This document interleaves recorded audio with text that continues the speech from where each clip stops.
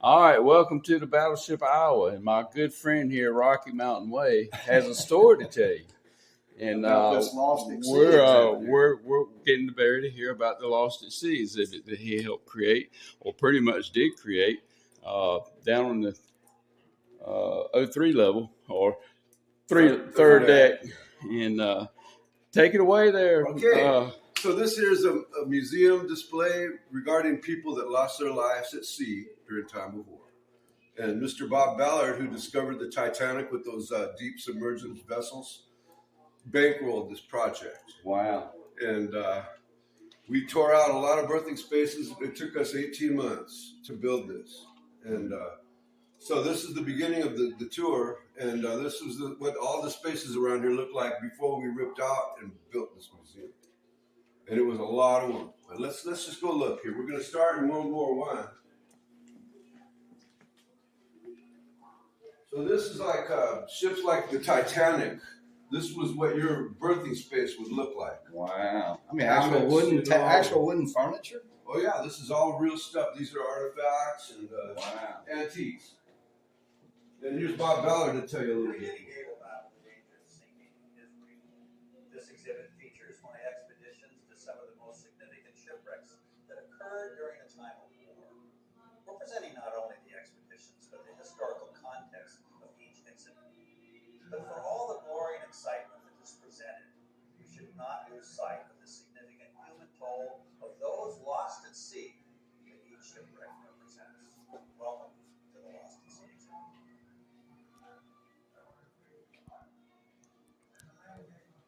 So we're just going to move right along here.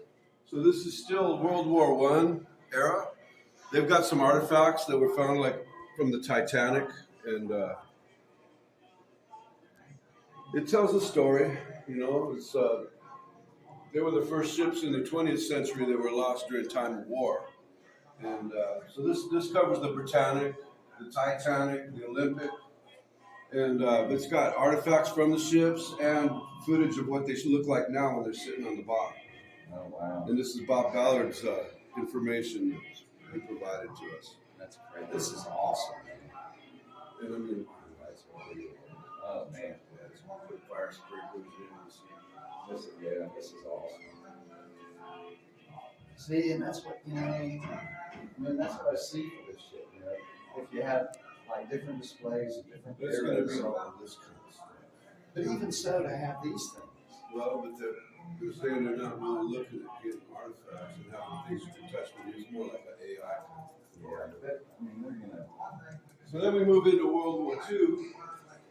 Got the Bismarck and the Hood. These two went at it, and the Hood came up short. Look at all these men that served on the Hood. Wow. Only 3 men survived out of all of those guys. Wow. Only 3 guys lived through that sinking. And we've got, there's that stuff that I was showing you my picture on my phone. Mm-hmm. So it's supposed to represent like the hull of a ship. Yeah. That looks awesome. And we made this so it looks like a shipwreck. We took all these beams out in the parking lot and I ran them over with the grate off, bent them up. And then we welded it all together to make it look like the frames on a ship. Wow. I found pieces of the Iowa that we had scrapped and I added it all to that Jacob's ladder was in a tank. I found it. That's from the ship here. Wow. And I just put it all in there. That's crazy. Here we are. So this is supposed to be like a German ship. Yeah. See, we took the vent controller and we changed it with the German writing on it and stuff, And Wow.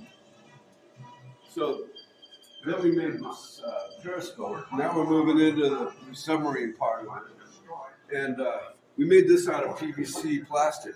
Huh. They made it look like a submarine, Yeah. the periscope, right? And we put a little video so you could look in there and watch it sink a ship, It's pretty cool. Wow. And so what's really kind of interesting to me is this graphic right here.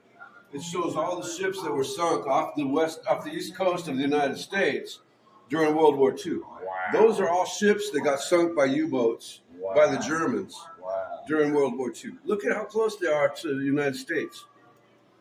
Wow. Yeah, And these are some of the ships that were sunk and what they look like now. And there's the guy that was responsible, this Captain Coleman. the U-166. Well, they finally got her, and she's down there with the rest of them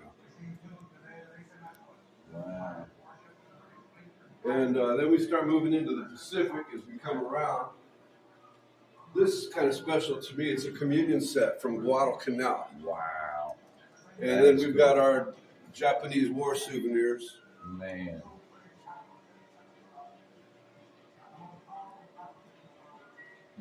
Oh, wow. This is the real stuff here, yeah. And here's a nice graphic. This one here, this is Iron Bottom Sound. So it's right off Guadalcanal. Wow. They've got several naval battles in this area. Look at the Minneapolis. She had her whole bow blown up. Oh, wow. She went in reverse all the way back to Hawaii to get fixed. Wow. And it's far. It's far to Yeah. Hawaii from Guadalcanal. Yeah. And it's got anyone that you're interested in. You know, like you got Japanese subs. See that? These are all sunken ships. Wow. Oh, that's interactive. Yeah. Right Yeah. on. So anything, if you want to learn about it or which ship, one that interests you, look at the print. Presto, that's the Preston. But really, the most impressive one to me is the Minneapolis. That I mean, is look crazy. at that. Saved and temporarily repaired by our own crew. Wow. But anyways, moving along, we got JFK's PT-109. That's cool. And this is an interesting story behind his thing, too. The way that he got saved. They wrote a message on a coconut shell. Yeah. And, You got it to one of those Australian launchers or right. something? And then the dude with the canoe took off and went and got help and got him rescued. And this is a submarine display over here. I did the rivet work on that too. I did a lot. We built these models too inside here. Me and John Goodson. He's Oh, wow. works for Hollywood. He does a lot of props and stuff. And so men lost their lives during the Cold War in these two boats. Oh, the Thresher? Wow. Yeah. Scorpion? Wow.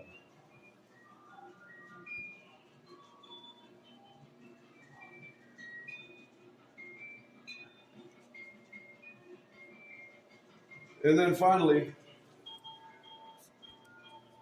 this is a representation of how their remote operated vehicle explores a wreck. And so this is actually part of the real ship that we made to look like a sunken ship. We've got the lighting, we've got the projected jellyfish and stuff, you know, and a shrimp over there, a squid or whatever the heck it is. This is awesome. Man, y'all, I mean, this is phenomenal. And I'm really proud of it. It was a You lot should of be, work, man. but I think it came out well. And almost a fair trade for losing all the birthing space. Oh, So- absolutely. So, introduce yourself. My Tell name is us- George Muschelin, and I'm the chief electrician here on the Iowa. I've been here working on the ship for 12 years now. Awesome. And we do everything in the operations department, but I'm responsible for all the wiring on the ship. And pretty much by myself, have worked on the wiring here on the ship, got it back, make sure it's safe, and adapted it for our current purposes.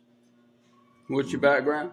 I'm a naval shipbuilder. For 45 years, I worked for the Navy building ships, as my father and my grandfather before me did, right here in San Pedro, California. Awesome. Right on.